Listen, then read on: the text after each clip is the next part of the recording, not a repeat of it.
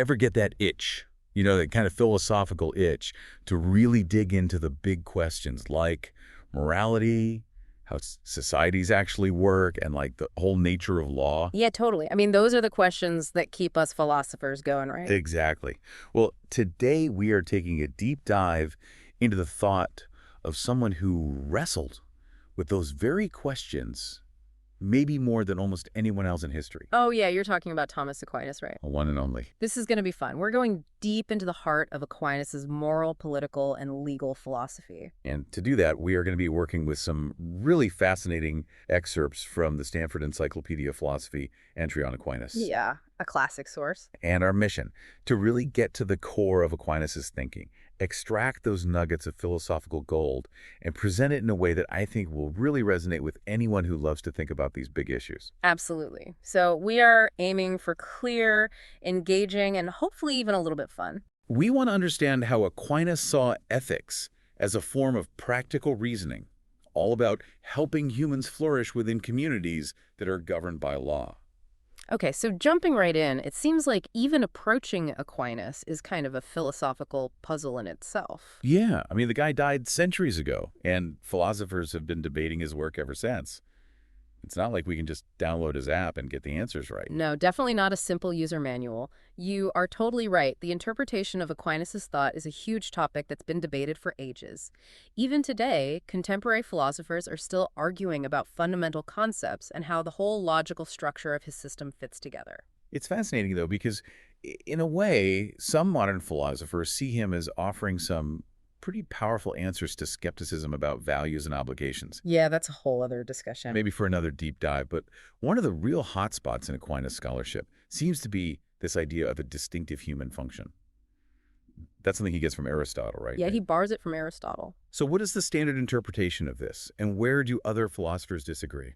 Okay, so the standard interpretation usually starts with this idea from Aristotle that just like tools or professions have their specific functions, human life as a whole must also have a unique function, a operatio that is characteristic of human beings and human beings alone. So if we can figure out this distinct human activity, then we can build our understanding of ethics and politics on top of that. Right, that's the basic idea. But there's a pretty strong counter-argument to this that's been building steam recently, especially from thinkers like Grisez, Finnis, and Ronheimer. Yeah, some real heavy hitters. What are they objecting to?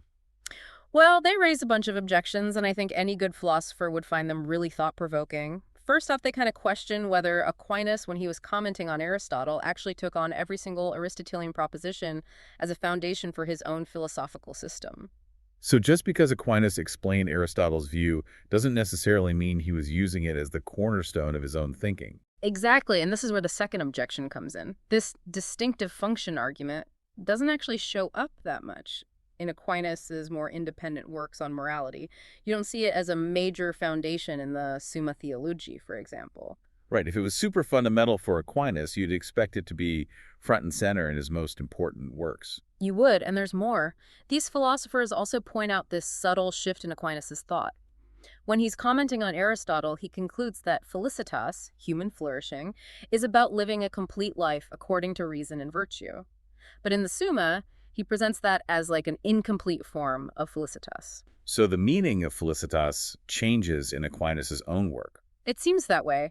In the Summa, he uses felicitas and beatitudo more to describe perfect, good, complete satisfaction of all desire, which for Aquinas is ultimately found in the vision of God. So it seems like the distinctive function argument, which is so tied to Aristotle's idea of felicitas, might not fit that well with Aquinas' later theological and philosophical system. Yeah, it is a bit of a puzzle, isn't it? It is. And on top of that, it sounds like even the distinctive function argument itself has some philosophical weaknesses. That's right, even in Aquinas' own explanation. So what are some of the problems? Well, one issue is that it depends on the idea that nature does nothing in vain. Even Aquinas says that this isn't self-evident, and he thinks it requires a divinely rational creator.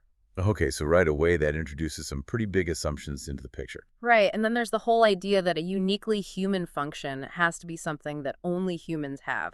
Philosophically, that seems kind of arbitrary. Like, just because something is distinctive to us doesn't automatically mean it's the key to morality. Exactly, and Aquinas himself talks about angels, which are intelligent beings, but obviously not human. Right, so rationality isn't unique to humans, so it seems like the distinctive function argument is a bit shaky philosophically. It's definitely open to criticism. And it seems like these other philosophers are suggesting a completely different place to start if we want to understand Aquinas' ethics. Yeah, they are. They say instead of getting hung up on this maybe debatable metaphysical claim about human nature, we should look at what is actually good for humans. Focus on the things that are intelligibly good. Exactly. They point to Aquinas' own methodological principle, which is that to understand human nature, we need to understand human capacities. And we understand those capacities through the activities that are characteristic of them, and those activities are understood through their objects. So things like knowledge, life, friendship. Right, and the inherent goodness of those things doesn't depend on whether they are unique to humans or not. For a philosopher, that shift from a metaphysical grounding to an intelligibility-based grounding is a pretty big deal. Yeah, that's a really interesting way to put it. And I see the appeal of focusing on the intelligibility of these goods themselves rather than some potentially hard to pin down distinctive function. Yeah. And this reminds me of a similar debate about the idea of man's last end. Oh, yeah, that's another big one. The whole question of how central man's last end is to Aquinas' moral philosophy is definitely a point of contention. So what's the traditional take on this?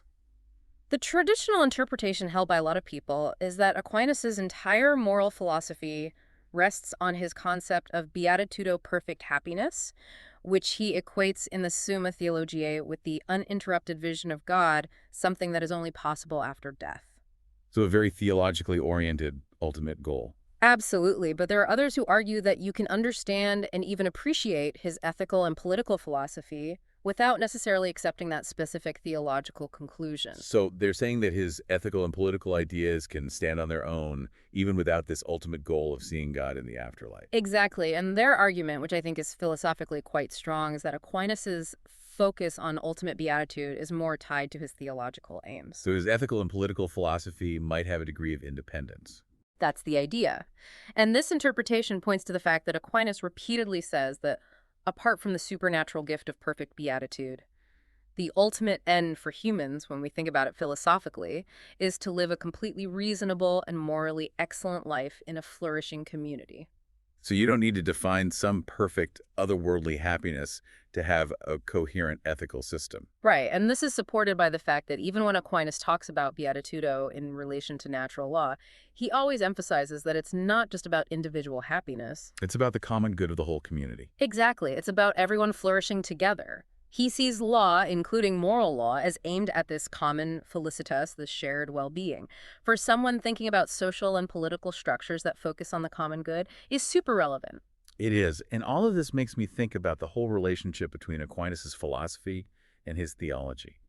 He's always super careful to distinguish what we can know through human reason and what we can only know through divine revelation. Oh yeah, totally. He makes those distinctions very clear. So how does he break it down?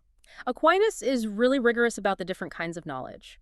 For him, some truths, especially in morality and basic metaphysics, are accessible to us through just our everyday experience and our ability to reason and reflect. So those are the things that we can figure out using our own natural human faculties. Exactly. And then he thinks a lot of those truths are also confirmed and clarified by divine revelation. But then there are truths specifically about God and the afterlife that he says we could only know through revelation. Of course, philosophy can still explore how those revealed truths fit together and what their implications are. But as we said, we are going to be focusing on the philosophical parts of Aquinas' thought, the things that we can access through reason. Sounds good. So keeping those debates about interpretation in mind, let's get into the nuts and bolts of Aquinas in practical philosophy. He talks a lot about practical reason and its first principles. Yeah, the foundation of his whole system. So what exactly does he mean by practical reason? Well, reason for Aquinas is our ability to understand and make judgments. Our capacity for intelligent thought. Exactly. And practical reason isn't some separate thing from theoretical reason.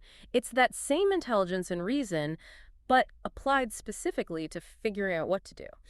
So it's thinking that is geared toward making decisions and taking action. Exactly. You could say it's intelligence applied to action. And for this whole framework of practical reason to even make sense, We have to have free choice. Yeah, that's non-negotiable. If we weren't actually free to choose between different options, then all this deliberation about what we should do would be meaningless. If everything we do is already predetermined, then why bother thinking about it? Exactly. Deliberation only matters if we are really facing genuine choices and have to choose one option over another. And the interesting thing about Aquinas' concept of free choice, liberum arbitrium, is that it's even stronger than Aristotle's. Yeah, he takes it a step further. So what does Aquinas say about it? Well, Aristotle mainly saw free choice as being free from external things that determine us. So like no one is forcing you to make the choice. Right.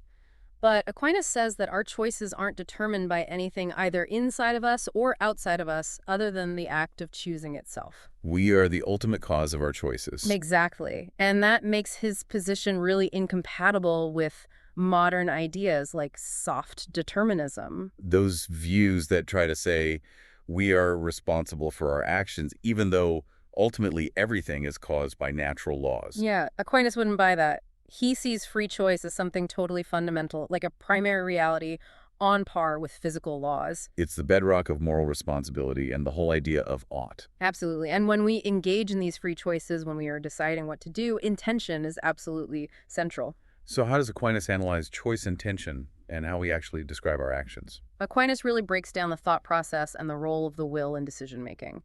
He focuses on the role of intention in evaluating both the options we have and the things we end up doing. So intention is all about the goals we want to achieve. Yeah, in a narrow sense, intention is about ends or ultimate aims, but choice is about the means we choose to achieve those ends. The specific actions we take. Right, but it gets tricky because the means can become ends themselves when we are thinking about the steps involved in reaching a larger goal. So ultimately what we choose when we decide to act in a certain way is what we intend to bring about. Exactly. So, morally speaking, an action is defined by what it's intended to be. So the moral weight of our actions rests on our intentions. Exactly. The most important description of an action from a moral perspective is the description we had in mind while we were deciding to do it. It's about what we had in mind, not just the physical act itself. Right, and this is where the idea of the matter of an act gets really interesting. It's not simply the physical behavior that we observe, is it? It's much more than that. Aquinas says the matter of an act is the immediate object of our choice. It's how we saw our action during the decision-making process. Exactly. It's our behavior as a chosen objective. So strangely enough, the most objectively accurate description of an action from a moral standpoint is the most subjective one. It's about what we truly intended. Exactly. And this is essential for understanding complicated ethical ideas like the principle of double effect. Where, for example, you might foresee a harmful consequence of your action, but if that consequence wasn't your intention, it might not make the action morally wrong. Like in self-defense. The key is the actor's intention. So you can have two actions that look the same physically, but they are completely different from a moral perspective depending on what the person intended. So context and intention are everything. Now, Aquinas puts all of this ethical stuff within what he calls the open horizon of human life as a whole. What does that even mean? And how does it distinguish ethics from something like technical arts? Yeah, good question. This distinction is really important for Aquinas, and I think it gets to the heart of what makes different kinds of reasoning distinct. He says that ethical standards are different from technical or technological standards in a few key ways. Okay, so what's the difference between ethics and something like building a bridge? Well, firstly, moral thought is primarily concerned with how we order our own will, our actions, and our character. It's not just about manipulating the external world to get a specific result. It's about our inner lives as well. Exactly. And secondly, the primary effects of our moral choices are what he calls intransitive. That means they mostly affect our own moral character before they have effects on the outside world. So our moral choices shape who we are. Yes. And thirdly, unlike arts and techniques, which usually have pretty limited and defined goals, moral thought operates within this unlimited horizon of human life as a whole. Every moral choice we make is a decision about how to dedicate part of our life to something. And importantly, these choices have implications for every other human being. So our moral choices have this much broader scope. They are not just about achieving a specific task. Right. They're about how we live our life and how our choices affect others. Now, this brings us to the foundation of Aquinas' ethical system, the first principles of practical reason. Okay, so where does it all begin? Aquinas says there's one absolutely first principle and then a bunch of first principles that are more substantive. Okay, so what's this absolutely first principle? It's actually pretty simple, but really profound. It's like the principle of non-contradiction in logic, but for practical reason. It's the basic drive of reason when it comes to action. Okay, get to the good stuff. What is it? Good is to be done and pursued, and bad avoided. Deceptively simple. I know, right? But Aquinas is really specific about that whole phrase, to be pursued. Why is that so important? Because shorter versions like do good and avoid evil can turn it into a command or a specific moral rule, but using is to be pursued makes it more like a fundamental orientation of reason. Like a basic ought that needs to be filled in by other principles. Exactly. It's not just about recognizing what is good and bad. It's about reason being fundamentally directed towards the good. I see. So where does this absolutely first principle come from? Is it just something we're born knowing? Aquinas wouldn't say that. He'd say it comes from the real desirability of things that are good and the inherent undesirability of things that are not good. Okay, so it's grounded in reality itself. Yeah. It's like the principle of non-contradiction in logic, which comes from the real opposition between something existing and not existing. The first practical principle comes from the real desirability of good things. Got it. Now, what about these other more concrete first principles of practical reason? The ones that tell us about specific goods? Yeah, those are important. Aquinas says that each of those principles directs us towards a distinct good, a basic good, as some people call them. The things that contribute to human flourishing. Exactly. And he says that these principles are self-evident and undeduced. Okay, so hold on. By self-evident, does he mean that we just know them instinctively without any experience? Not quite. He means that they can't be deduced from some other principle. They are foundational.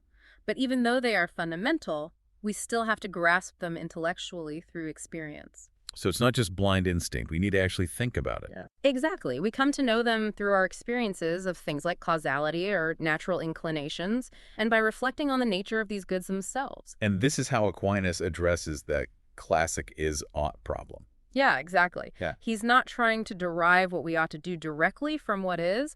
The very source of those oughts comes from the desirability of these basic goods, and you can't logically deduce that from just describing the world. So it's not about smuggling in values through the back door. Nope. And while some modern Thomists debate whether this kind of deduction is even logically possible, Aquinas himself seems to avoid that trap by grounding those oughts in the self-evident desirability of these basic goods.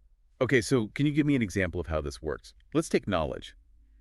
How do we come to know the principle that knowledge is a good that we should pursue? Sure. Think about it.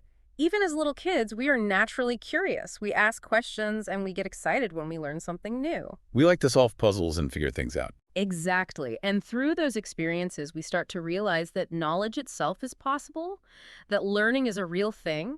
And then through further reflection, we come to understand that knowledge isn't just possible, it's actually good. It's something that benefits us and helps us to flourish. And that's not just a deduction from some other fact. It's a direct insight into the goodness of knowledge. Right. And this process can happen with all the other basic goods as well. Okay, so what are some of the other goods that Aquinas identifies? Well, he mentions several, and he always says that his lists aren't meant to be exhaustive, but some of the key ones are life itself, marriage, and raising children, which he says is about more than just having kids. It's about the whole family unit. Right. And then there's knowledge and truth, living in community and friendship, being practically reasonable, which is basically being able to make good judgments and act intelligently and relating properly to the transcendent cause of all being. Relating to God in a way. Yes. Those are some of the fundamental dimensions of human flourishing that we can directly grasp as good. And these basic goods are kind of the key to understanding human nature itself, right? Yeah, that's his methodological principle in action. To understand what it means to be human, we need to look at what we ought to pursue. These good identifying principles are prior to our understanding of human nature in a moral sense. So the ought comes before the is. In a way, yes. But of course, we use our understanding of causality and possibility, which we get from our experience of the natural world, to help us grasp those basic goods in the first place. Okay, so it's all connected. And I'm noticing that inclination seems to play a big role here. It does. But it's not the ultimate justification for the goodness of these things, is it? You got it. Some people overemphasize natural inclinations when they interpret Aquinas, But he's very clear that the will is an intelligent response to something good that's presented by reason. So our will follows our understanding of what is good. Our reason is in charge. Exactly. And he even says that human actions are natural in the morally relevant sense because they are intelligent and reasonable. There can even be inclinations that are common to humans, but that are actually unnatural in a moral sense. So our inclinations can be wrong. They can if they are not directed towards a real good. So the real foundation here is the goodness of the basic goods themselves. That's what motivates and directs our inclinations. Okay, that makes sense. And it seems like these first practical principles, while being super important, are not exactly the same thing as specific moral rules or commandments. You are right. Those first principles are more like starting points. We need to use practical reason to figure out specific moral guidelines from them. And even people who act immorally generally still understand these first principles. Their problem is how they apply or prioritize them. So everyone has a basic grasp of those fundamental goods. In a way, yes. Aquinas doesn't think that practical reason is just about limiting our desires. It's about actively seeking out and constructing intelligible ends, things that are worth pursuing and that give meaning to life. So how do we get from recognizing these basic goods to developing specific moral rules? That process is the main job of what Aquinas calls practical reasonableness. And the judgments we make during that process form our conscience. So conscience isn't some separate thing. No, it's just our practical intelligence at work. It's Yeah. us figuring out what's right and wrong in specific situations. And Aquinas has this kind of radical idea that we have to follow our conscience even when it's mistaken. Yeah, that one can be tough to swallow. But his reasoning is really interesting. He says that since we can't know for sure that our conscience is wrong in the moment of acting, we would be going against what we believe to be true and reasonable if we didn't follow it. So it would be unreasonable to go against our own best judgment, even if that judgment turns out to be wrong. Exactly. It's about being consistent and acting in good faith. It's not relativism because he still thinks that moral judgments are true or false. Okay, that makes sense. So is there some kind of overarching moral principle that helps us to develop these more specific rules? Aquinas isn't super explicit about a single formula for deriving every moral rule. But he does give us some clues, right? He does. He says that one major implication of those first principles is that we should love our neighbor as ourselves. And he thinks this is self-evident. In a way, yes. He sees it as a summary of what those first principles imply when we think about how we interact with others. The basic goods that those principles point us towards are not just for us, they're for everyone.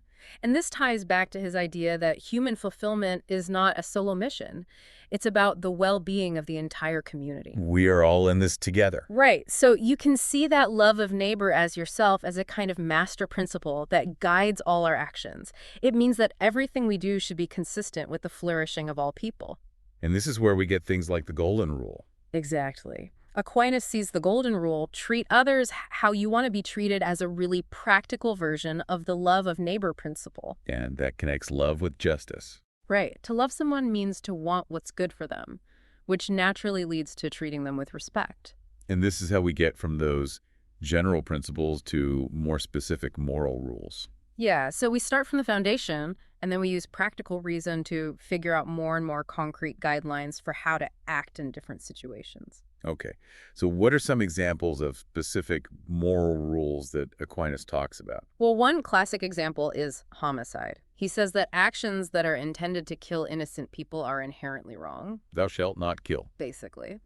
But of course, there are some exceptions.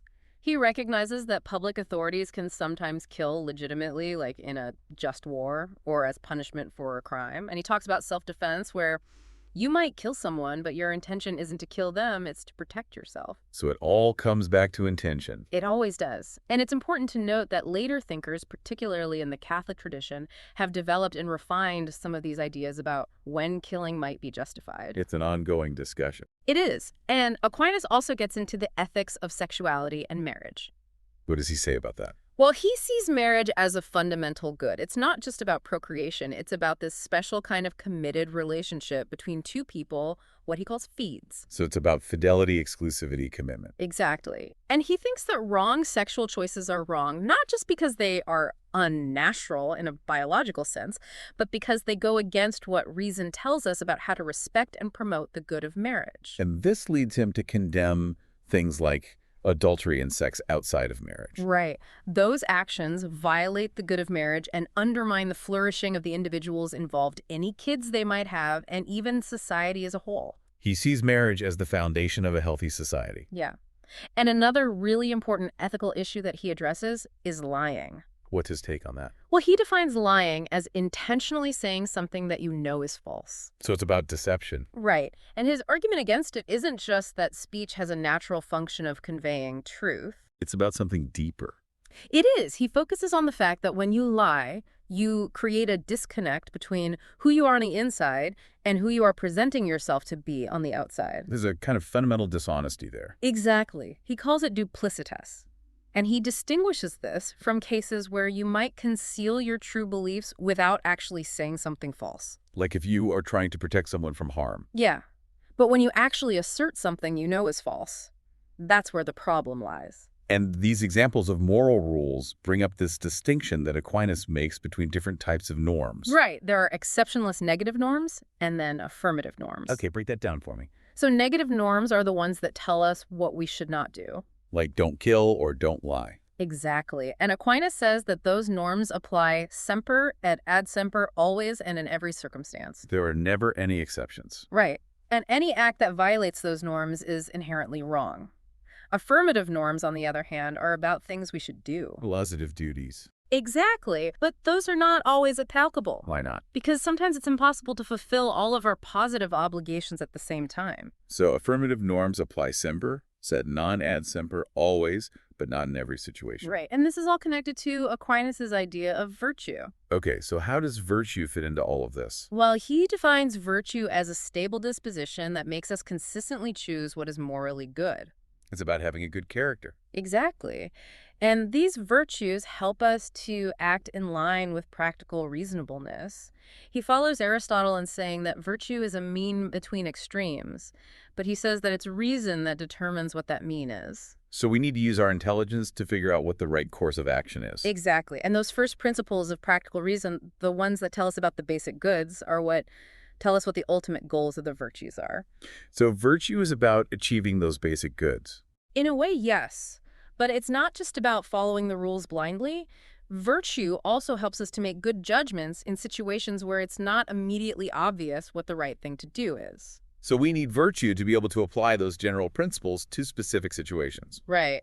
And Aquinas says that prudentia prudence, or practical wisdom, is the master virtue. It's the one that guides all the others. Exactly. It's about understanding moral principles and knowing how to apply them in real life. It's about making good decisions. Yes.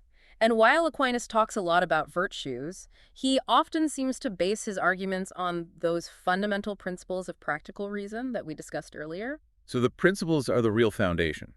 They are the underlying structure. The virtues are more like the habits that allow us to live in accordance with those principles. So the principles tell us what's right and wrong, and the virtues help us to actually do what's right. Exactly. And it's not just about following rules. It's about developing our character so that we naturally want to do what's good. So virtue is about more than just outward behavior. It's about our inner motivations as well. Absolutely. And it's important to remember that for Aquinas, the virtues are all interconnected. To have one virtue fully, you need to have them all. Because they're all guided by prudentia. Right. And the ultimate point of cultivating virtue isn't just about self-improvement. It's about becoming more reasonable and being able to act with love and respect for others. So it's not selfish. It's about becoming a better person so that you can contribute to the good of the community. Exactly. And the 4 cardinal virtues play a really important role here. Remind me what those are again. So there's prudentia, which we already talked about. Prudence or practical wisdom. Right. Then there's justice, which is about giving everyone what they deserve. And fairness. Exactly. And then there's fortitudo, courage, or fortitude. That's about facing danger and overcoming fear. Right. And lastly, there's temperantia, temperance, or moderation. Which is about controlling our desires. Yes. And Aquinas talks about this modern idea of virtue ethics as a separate approach to morality. What does he think about that? He doesn't buy it. He thinks that virtues and principles are both important and they work together. It's not an either situation. He doesn't think that there are no absolute moral rules or that moral standards are just whatever a virtuous person would do. So there are still objective moral truths. Yes, and he has this famous saying, bonum ex integra causa, malum ex quocumque defectum.